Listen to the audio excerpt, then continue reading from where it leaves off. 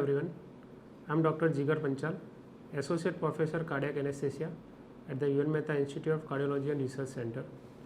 As a part of continuous cardiac education, I am going to deliver a talk on management of thoracoabdominal aneurysm repair. So the learning objectives of the today's talk will be the knowledge about the aorta, how to define aneurysm, classification of aneurysm, different modalities available for aneurysm repair, explain the perioperative management of the patient undergoing surgery for aneurysm repair, anesthetic consideration for post-operative care of the patients who are undergoing for major aortic surgery. Now before going to the aneurysm, let us discuss about the normal anatomy of the aorta. It's a large artery running from the aortic wall to the iliac bifurcation. It serves both as a conducting vessel and as a secondary passive pump because of its elastic recoil. The aorta is mainly divided into the four parts. Ascending aorta that starts from the aortic wall up to the origin of innominate artery. Aortic arch from innominate artery to the end of the subclavian artery. The descending thoracic aorta and abdominal aorta. Aortic wall contains three layers. First, thin intima or the inner layer that is lined by endothelium, direct in contact with blood, and it is easily traumatized. Second one, thick media or the middle layer that accounts for 80% of the thickness, and it consists of spirally arranged layers of elastic tissues.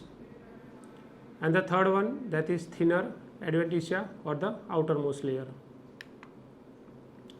Coming to the aneurysm, thoracoabdominal aortic aneurysm is defined as a dilatation of the aorta to a diameter at least 50% greater than the expected normal aortic diameter at the diaphragmatic hiatus, with varying degree of thoracic and abdominal extension, and it involves all the layers of the aortic wall.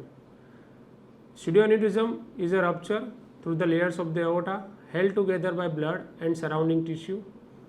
It is a localized dilatation of the aorta that does not contain all the three layers of the vessel wall.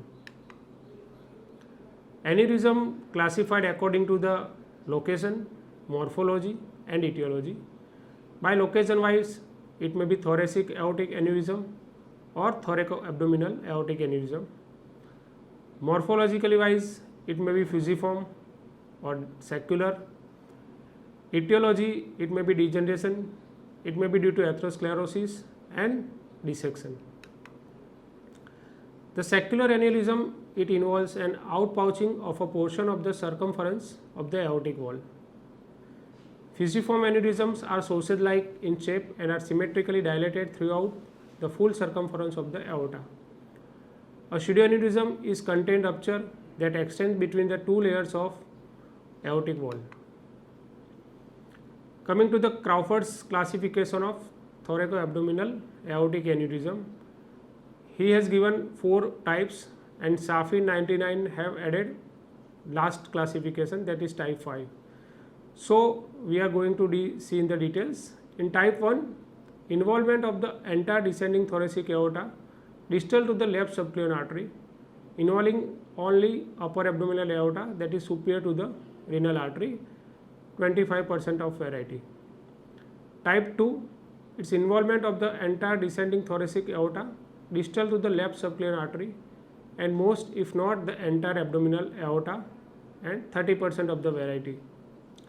Type 3, its involvement of the descending aorta from 6 intercostal space include the renal arteries, and most if not the entire abdominal aorta, 25%. Type 4, involvement of the entire abdominal aorta with sparing of the thoracic aorta, less than 25%. And type 5, that is included by Safi, involvement of the descending aorta from the 6 intercostal space just superior to the renal arteries. So this is the Crawford's classification of thoracoabdominal aortic aneurysm. How the aneurysm patient present? Mostly the patients are asymptomatic and aneurysm is incidentally detected. Sometimes the rupture of the aneurysm in the adjacent organs, it may lead the presentation. Pain, compressive symptoms It may be trachobronchial compression or esophageal compression, thromboembolic episodes, or directly patient present with end organ damage. Now, which are the indications for surgical repair? In atherosclerotic aneurysm, the diameter of the ascending aorta more than or equal to 5.5 centimeter and descending aorta more than or equal to 6.5 centimeter. In Marfanoid or familial aneurysm diameter, ascending aorta more than 5 centimeter, descending aorta more than 6 centimeter. Acute dissection resulting in life-threatening complication or end organ damage, refractory pain or the compressive symptoms, rupture or aneurysmal enlargement more than 1 centimeter per year or rapid increase in the size. So these are all the indications for surgical repair of aneurysm. Which are the investigations one should look forward before managing the patient of aortic aneurysm? In biochemistry, hemoglobin, renal function test, liver function test, coagulation profiles, pulmonary function test, cardiac functions like LV size, LV function, anatomy of the valves. In imaging, X-ray and CT scan. CT scan is the most important investigation for the aneurysm. It should include from neck to thigh. Coronary should be included in the CT scan.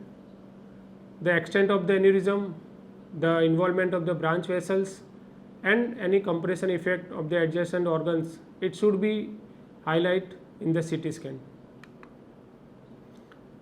Coming to the anesthesia management, what one should do for the pre-anesthetic assessment. So first look for the urgency of the operation, whether it is emergency, whether it is urgent or an elective case. The pathology and the anatomic extent of the disease. The type of the incision. Thoracic aneurysm mainly treated by median sternotomy, and thoracoabdominal mainly by left thoracotomy and abdominal incisions. Sometimes both thoraco and abdominal incision are there for the patient. The another thing we should look for mediastinal mass effect, airway compression or deviation. Patient may have stridor or dyspnea, dysphagia or hoarseness. These are the signs of compression symptoms. Systemic assessment of each organ system is also vital. So if patient have cardiac compromise, it increase the risk for heart failure, myocardial ischemia and arrhythmia during the surgery. If significant cerebrovascular disease, then it affects the blood pressure management. If lung are involved, then there is predictor for post-operative respiratory failure and pneumonia or both. Patient has renal insufficiency, it affects the fluid management. Customize the dosing of renally cleared drugs are necessary. If the patient has hepatic disease or hematologic dysfunction, so it may be risk factor for perioperative bleeding and transfusions. And one should look for aortic atheroma in CT scan. It's a major risk factor for atheroembolism and stroke and lung ischemia. So what is the role of cardiac anesthesiologist in the management of this type of surgeries? So thorough understanding of the surgical procedure during the technically challenging and multi-step repair. Knowledge of hemodynamic fluctuations during the aortic clamping, declamping, and the control of these fluctuations are absolutely necessary before the induction of anesthesia. So the aim should be to minimize the ischemic time to vital organs and prevent the end organ damage. Anesthetic management. The surgical approach will vary according to the extent of the aneurysm, and there should be a clear communication between the surgical and the anesthetic teams along with the perfusion is essential. Large bore peripheral intravenous cannulation is secured for rapid volume expansion. Right radial artery is preferred site for invasive blood pressure monitoring. It is necessary to consult with the surgeon before cannulating the femoral vessels, because these vessels may be used for extracorporeal perfusion or for the placement of intra-aortic balloon pump during the surgical procedures. Surgical access is best achieved via left thoracotomy, so the left-sided double lumen tube should be inserted for lung separation. Use of one lung ventilation It provides a better surgical exposure, reduces the need for the pulmonary retraction, protects the right lung from contamination by blood and the secretion, and at the end of the surgery, provided there is no facial swelling, airway edema or any evidence of bleeding, the DLT should be changed to a single lumen tube. Central venous cannulation to measure the filling pressure in the heart, to provide the central route for the drug administration and for rapid infusion of the fluids and the blood products. Follis catheterization to assess the status, volume status, and to provide an early indication for renal insufficiency. Both urinary and nasopharyngeal temperature monitoring to see the changes during hypothermia and subsequent rewarming. Blood salvaging techniques for the autotransfusion should be used. The easiest technique for the blood salvaging is the use of centrifugal device that scavenges and washes the erythrocytes. Now we are seeing the hemodynamic changes that are associated with aortic clamping and unclamping, and what is the treatment for that.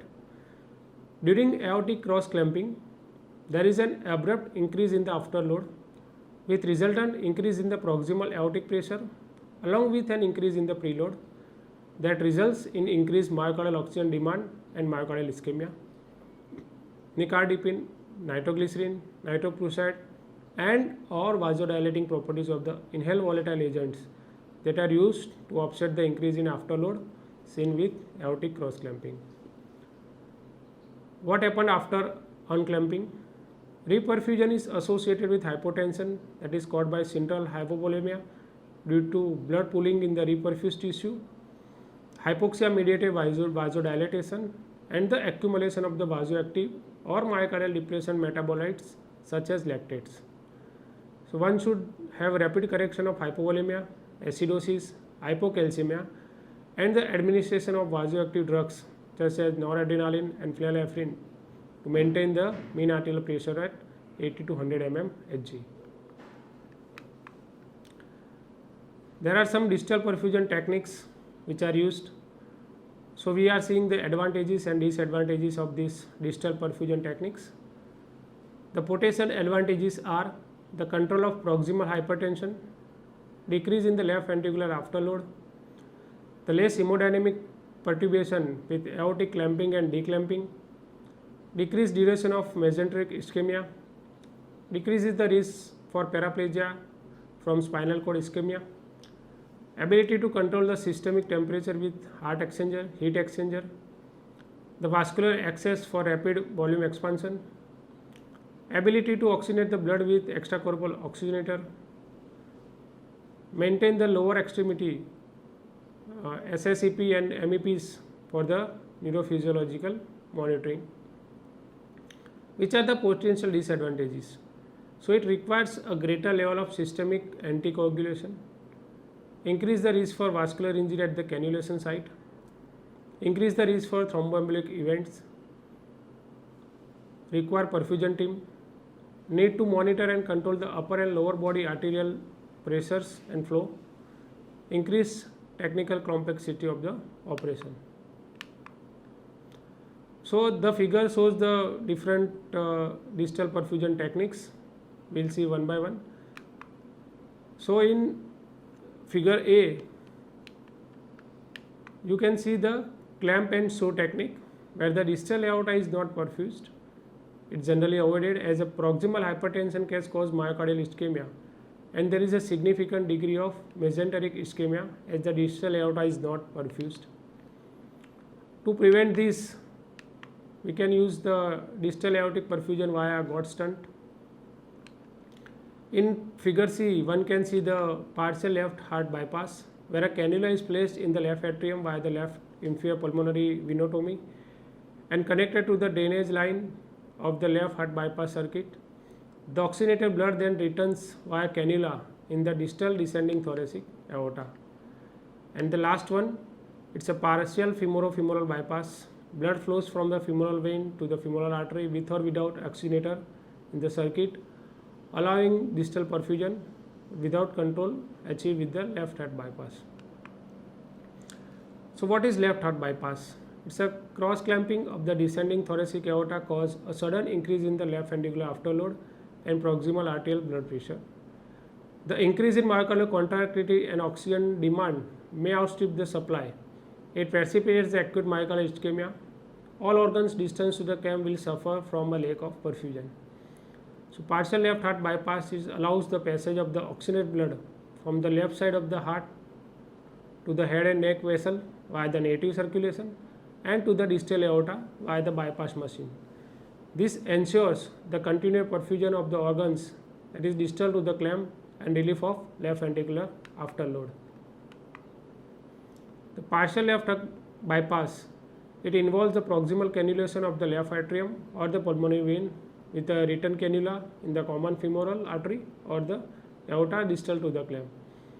The limited extracorporeal circulation without need for oxygenator, it requires only partial heparization. The target activated clotting time will be 200 to 300 seconds. Partial left heart bypass is instituted before the application of the aortic cross clamp, and vigilant monitoring of the proximal and distal arterial pressure is required. Proximal mean arterial pressure is maintained at 80 to 90 mmHg and the distal aortic pressure at 60 to 70 mmHg by augmenting the flow rate in the range of 1.5 to 2.5 liter per minute. The most common complication after thoracoabdominal aortic aneurysm repair is paraplegia. So paraplegia after thoracic aortic aneurysm is a devastating and life-threatening complication. The temporary interruption of the distal aortic perfusion and sacrifice of spinal segmental arteries during the thoracoabdominal aortic aneurysm repair are the central events in the pathogenesis of spinal cord ischemia and paraplegia. The aortic cross clamping reduces the arterial blood flow and increases central venous pressure, compromising the spinal cord perfusion. Ischemia causes spinal edema, hyperemia and inflammation, thus increasing the cerebrospinal fluid pressure and compromising the spinal cord perfusion pressure.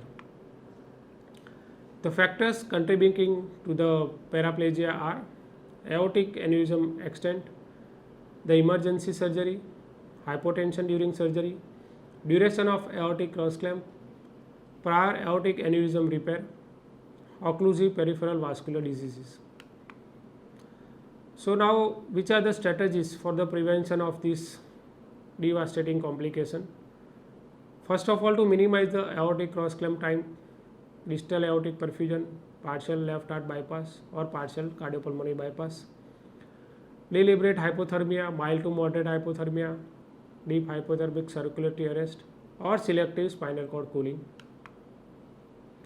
Increase spinal cord perfusion pressure by means of reimplantation of intercostal and the segmental arteries, lumbar cerebrospinal fluid drainage, the CSF pressure should be less than 10 mmHg, and augmentation of the arterial pressure, mean arterial pressure should be more than 80 mmHg.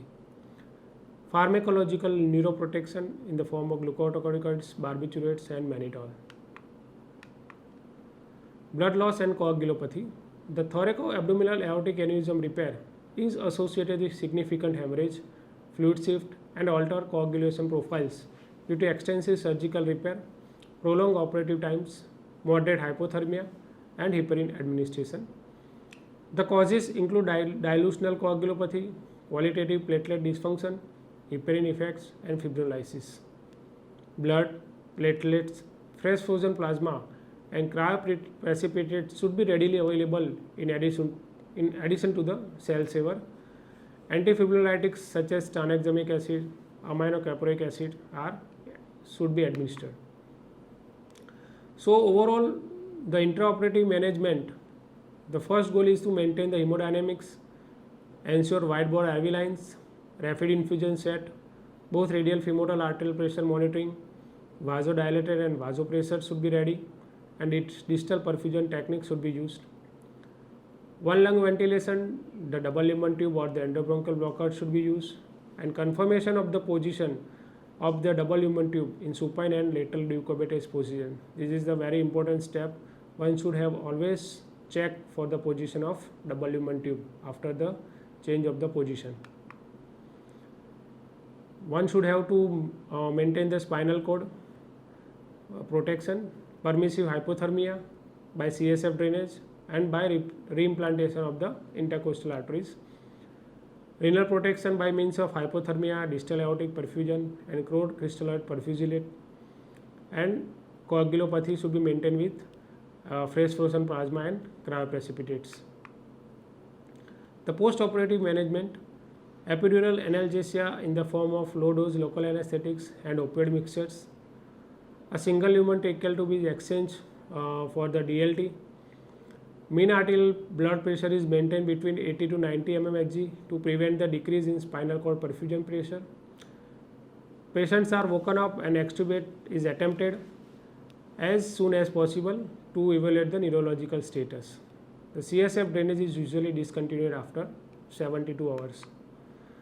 So to be conclude with this lecture, the anesthetic management of thoracoabdominal aortic aneurysms repair, it possesses one of the most difficult challenges for the anesthesiologist.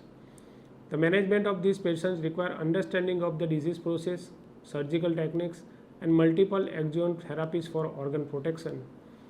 Mortality has improved over time as a consequence of increased surgical experience, adoption of protocolized strategy for repair, and improvement in anesthetics and intensive care treatment. Thank you very much.